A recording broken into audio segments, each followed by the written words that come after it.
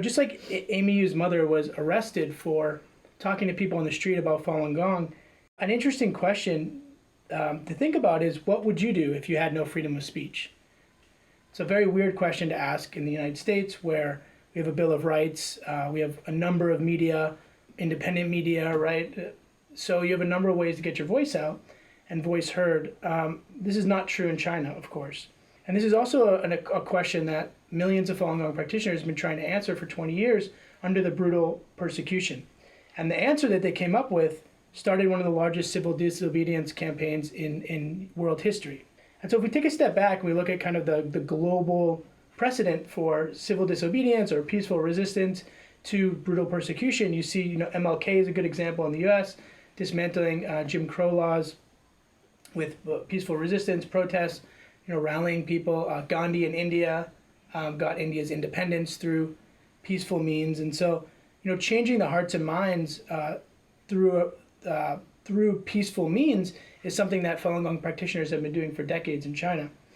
And what's interesting is how this kind of started, because it's actually the largest information network, sort of independent journalist network by number in China, getting information to the Chinese people and also getting information out of China, such as about COVID and other things we can talk about. So it's a very important movement.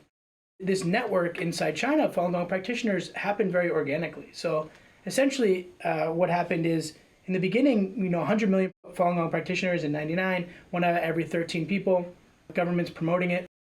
Overnight, kind of totally reversed, right? Brutal persecution that starts with massive propaganda campaigns. So one day they're promoting the practice, saying it's good for health. The next day they're saying it's evil. These people are evil. They're doing all this stuff. So obviously when you're caught in that, what do, right? You're like, well, that's not true. Like, I practice Falun Gong, or my mom practices Falun Gong, and it's a good thing. And how do you tell people? Because the second you go outside, or the second you try to do anything, go appeal in Tiananmen Square, you're thrown in a van, and you're getting these long prison terms, or you're not heard from again. And so Falun Gong practitioners kind of organically started figuring out, okay, well, I'm going to make a sticker or a banner, and I'm going to go and I'm going to place that in my town so people can see Falun Dafa is good. That sort of organically grew, and it could be a really old practitioner or a young practitioner. They started at home, like on a home printer, printing out flyers like on a piece of paper like this. And then in the dead of night, going around to their neighborhood and kind of dropping it on doorsteps and letting them know, here, like, this is how we're going to debunk the propaganda against Falun Gong. They're lying to you. This is not true, right? But then over the years, what's interesting is that the type of material that Falun Gong practitioners have disseminated in China has kind of grown, and the kind of the network has become a little bit more sophisticated. Today in China, Freedom House says there's about 20 to 40 million active Falun Gong practitioners participating in this kind of network within China to let their fellow citizens know the truth. And there's about 200,000, Minghui estimates about 200,000 of these material production sites. So, somebody might have a few printers at home and they're kind of producing for maybe a few practitioners. So this is obviously at risk of Falun Gong practitioners' own lives, because the CCP wants to know where these sites are, and they'll raid them, and then they'll arrest people, and often brutal torture, more so for the people that are running these sites. If we take a step back, I think it's important to give a broader view of sort of some of the material that Falun Gong practitioners are actually disseminating both inside and outside of China now through this network, this 40 million Falun Gong practitioner network in China. So again, it started just about kind of debunking the lies of the propaganda of the CCP. But then it kind of grew, and now you have about 6 types of information that Falun Gong practitioners are disseminating. The first is the lies, as I said. Second is a book we'll talk about called The 9 Commentaries in the Chinese Communist Party, which relates to the Tuidong Quit Chinese Communist Party movement, which is very important, which talks about kind of the history of the CCP. It actually gives Chinese people the real history of the CCP and all the evil things they've done. Third is how to jump the firewall. So Falun Gong practitioners actually created the couple different types of software to break through the Great Firewall. And it's the #1 software used, not only just by CCP, it was used in Arab Spring, for Chinese citizens to actually find out real information from the West. Obviously not just about the persecution of Falun Gong, about anything that the CCP is lying about.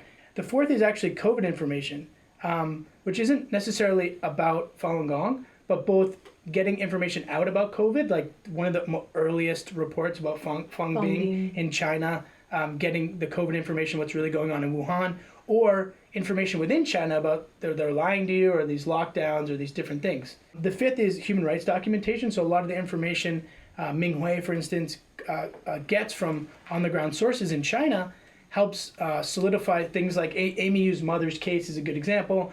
Obviously that one's easily traceable. It's Amy Yu, then her father calls. But a lot of times these are like kind of undercover. Practitioners can't know their identities, but they're finding out, was there a death, and tracing it and figuring out, and reporting that back to the West.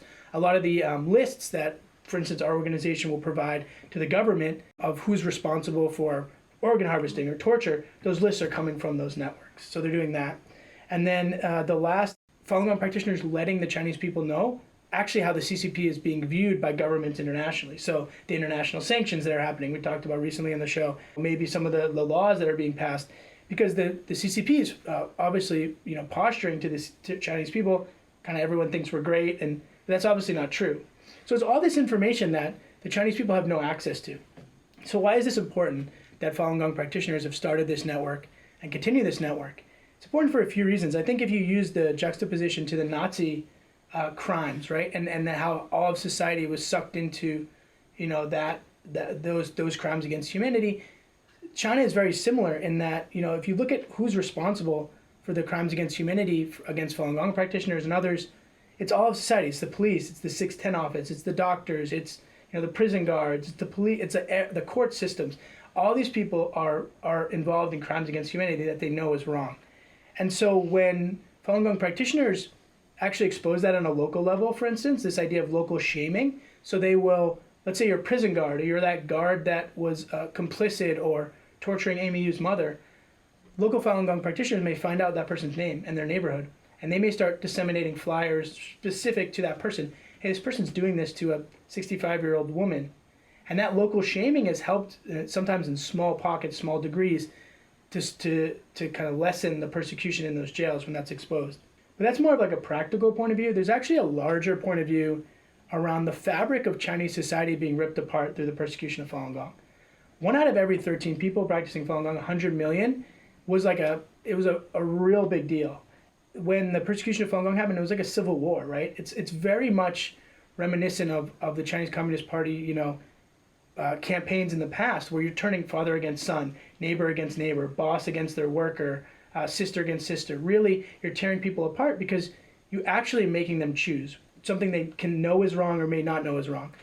For instance, in colleges, the entrance exams could have questions about Falun Gong. Your job may ask you something about that. So you're not even able to say, if you think the sky is blue, you have to say it's red in China, right? Because that's what they do. But even worse than that, they suck the Chinese people into needing to report on Falun Gong practitioners. Reporting on Falun Gong practitioners means that person could be killed. So it's this whole society is being sucked into this. The Chinese people had no access to overseas information. These networks kind of helped the Chinese people start to see the true nature of the Chinese Communist Party. So for the Westerners that are listening, it's so hard to put ourselves in that position because it's almost like they have a different reality in China. They're under a different reality. They have no access to information other than what the CCP says. And they started making Chinese people think over these 20 years, is the CCP really good? Do I really want to be a part of this? Am I going to really side with these people that are doing these evil acts that they're lying about? Is that who I am? It led to this book, the 9 commentaries on the Chinese Communist Party, which exposed kind of the methods, the history of how Chinese Communist Party took power and all the deaths. And to us in the West, we probably know a lot about Cultural Revolution, or you could research it. It's not like that in China. Chinese people, a lot of them don't even know that people died in Tiananmen Square massacre in '89, and that was very recent. Let alone what happened in the Cultural Revolution, or what Mao did and all those things, or let alone the Falun Gong. So they don't have a reality. And so when they started learning about the true origins of the Chinese Communist Party, they obviously knew that it was sort of this parasite on the Chinese people, and it wasn't this great, glorious thing, to use the CCP's words. And what's important about that is it started a movement called Tuidang, which is basically called Quit the Party.